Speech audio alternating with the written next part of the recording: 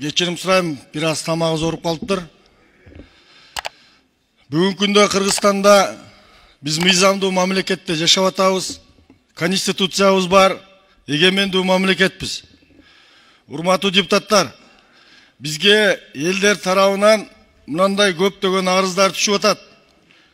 Бул арыздарда ушул прокуратура органдарынын кылып жаткан иштерине наразычылык болгон арыздар.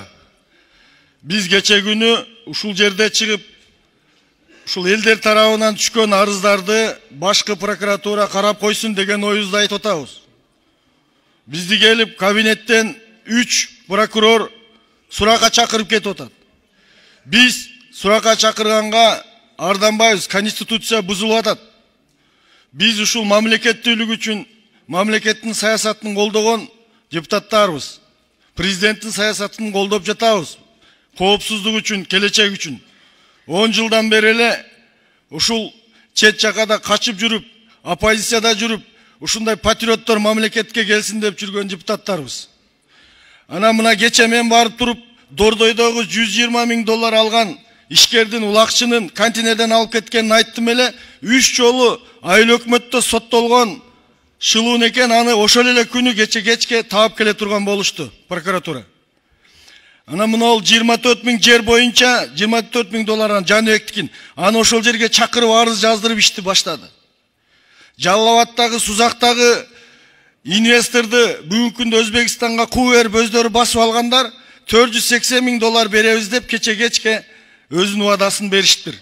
Ал эми бул бир айдан бери Камчы Кыдыршагычтын кийлигишип СМБ прокуратура, Сузак прокуратурасыны менен иштеп аткан иш болчу. Мына ушул иштердин бардыгын биз айткандан кийин ушул жерде депутаттар көтөргөндө иштеш керек беле. Ошону өздөрүнүн эле учурунда аткара берсе болбойбу? Азы түнү менен дагы мына пачкалаган прокуратура иштерине наразычылыктар келип түшүп атат. Ушундай элдин адилетсиз иштер болуп аткандыгыны биз жоёбуз деп кайра революция болуп атпайбы? Мен башкы прокурордон сурайт элем. Geçegi biz bergen surактагы маселелер боюнча аягына чыгарып бериңиз, сиздин өкүлдөрүңүз айтты.